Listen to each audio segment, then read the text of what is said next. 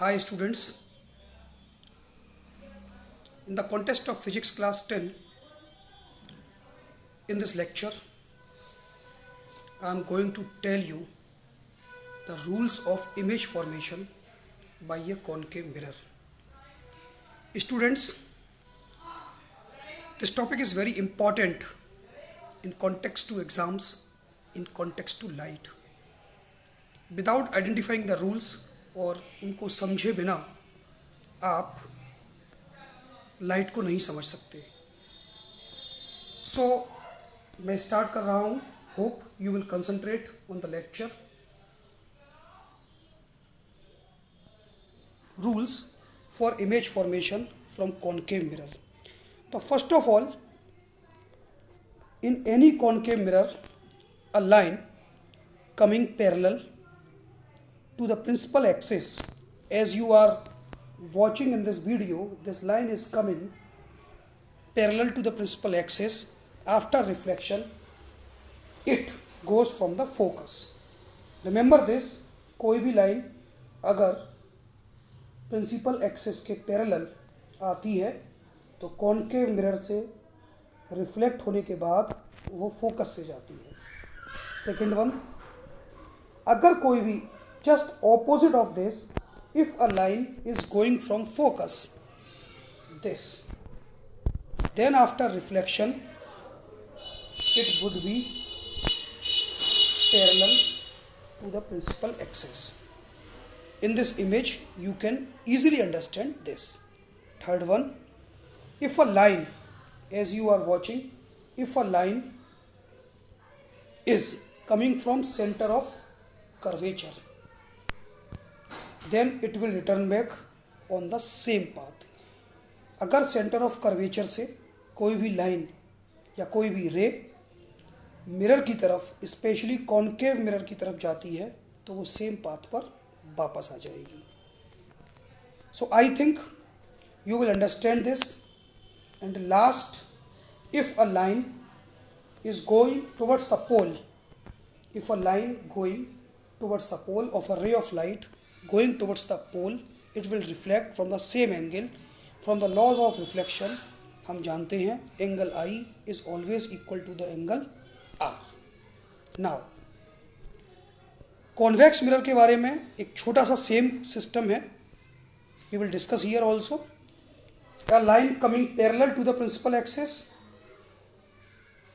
Is after reflection, ऐसा मालूम होता है कि फोकस की तरफ, रियली तो नहीं जा रही है but it appears to going towards the focus.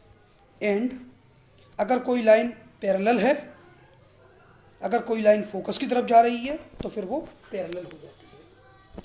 We will discuss convex mirror after some time. First we will discuss today concave mirror. So first of all, image formed by a concave mirror. So case first, the first position is when the object is placed between pole and the focus of the mirror. पोल और focus के बीच जब किसी object को place करेंगे तब क्या होगा.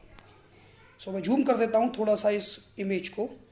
As you are watching, the object is placed between focus and pole. So first of all, एक लाइन, एक रे हमारी जा रही है A to D, which is parallel to the principal axis. After reflection, it will goes towards the focus. And the second ray from the center of curvature. And after reflection, it will return back or it will back on the same path. So there is no actual intersection of light. आपको याद होगा मैंने आपको first lecture में real image और virtual image के बारे में बताया था. सेम यहाँ पर है. लाइट का एक्चुअल इंटरसेक्शन कहीं पर भी नहीं हो रहा. जब आप इधर से देखना शुरू करेंगे तो आपको इमेज बिहाइंड द मिरर दिखाई पड़ेगी. This is a large image, erect and virtual image and behind the mirror.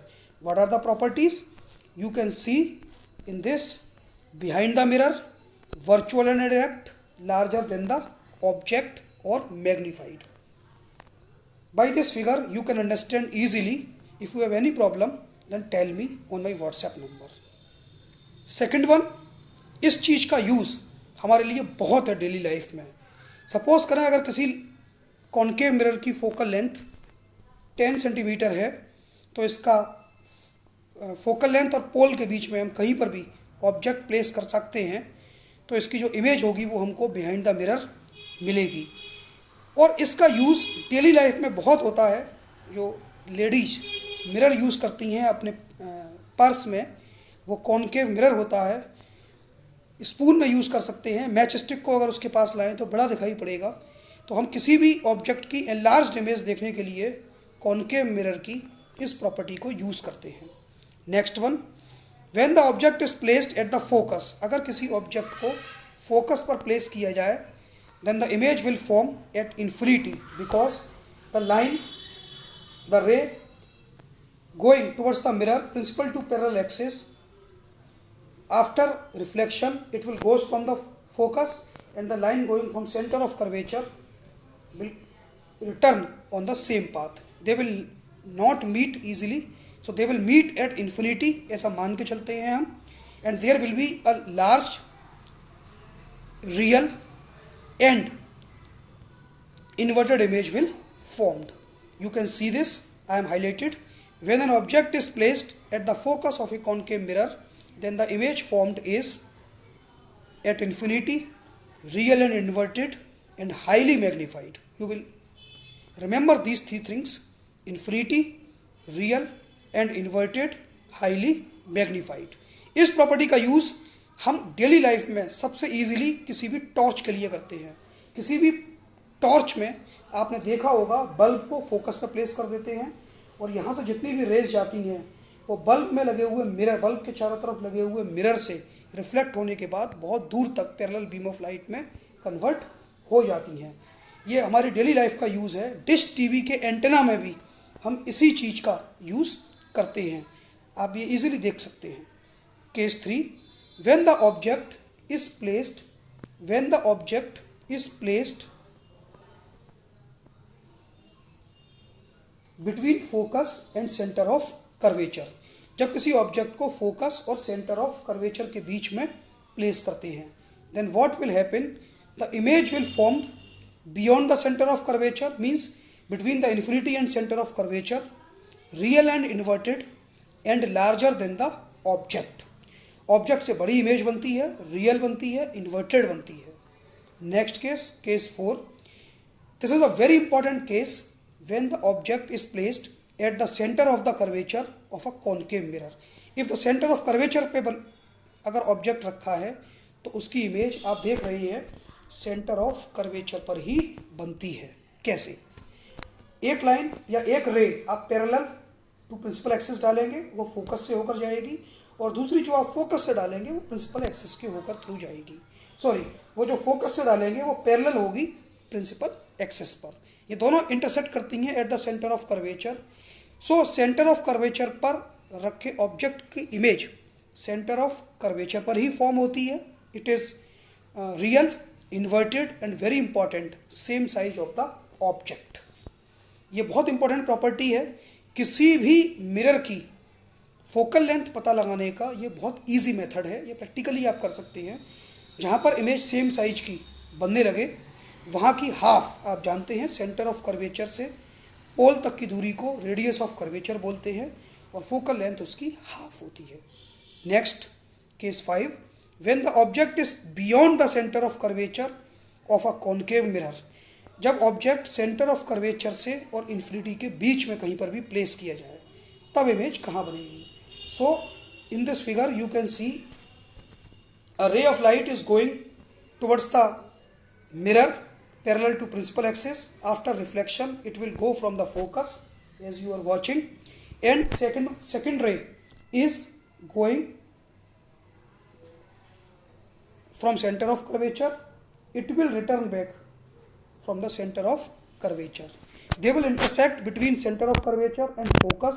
As you are able to see, the image is definitely smaller than the object, inverted, real, and between the center of curvature and focus. So the property between the focus and center of curvature, real and inverted, and smaller than the object. Last, when the object is placed at infinity, आपको students remember होगा कि अगर object infinity पे रखा जाए तो image बनती है फोकस पर। हम इस तरीके से उसको शो कर सकते हैं, there are the parallel beam of light which is coming towards the mirror, after reflection they will goes from the focus, the image is smaller than the object, real and inverted. These are the 6 positions. In 6 positions में आप ये देखेंगे कि कुछ positions एक दूसरे की reverse है। जैसे जब हमने ऑब्जेक्ट को इन्फिनिटी पर प्लेस किया तब इमेज बनती है फोकस पर, और आप ऊपर देखेंगे, मैंने आपको बताया था जब ऑब्जेक्ट को फोकस पर प्लेस करें ये वाली इमेज, तब इमेज बनती थी इन्फिनिटी पर। तो आप इस तरीके से भी इसको याद रख सकते हैं। सेकंड प्रॉपर्टी थी जब ऑब्जेक्ट को हम सेंटर ऑफ कर्वेचर पर रखते थे तो इमेज सेंटर ऑफ कर्वेचर पर ही बनती है। नेक्स्ट वन, जब हम ऑब्जेक्ट को सेंटर ऑफ कर्वेचर और इन्फिनिटी के बीच रखते हैं तब image centre of curvature and focus के बीच रखती है। लेकिन इसी का उल्टा, अगर हम ऑब्जेक्ट को centre of curvature and focus के बीच रख दें तो image centre of curvature and infinity के बीच में बनती है। तो by this hope you will understand these things. मैंने आपको ये अच्छे से एक्सप्लेन करने की कोशिश की है। You will understand these all the things. So if you have any problem then tell me students, I will explain you. So students, hope आपको इमेज फॉर्मेशन समझ में आया होगा। In this corona period stay at home but do not stop your education. Try to hard work. You are in the class 10, so this is very important year for you. Thank you very much.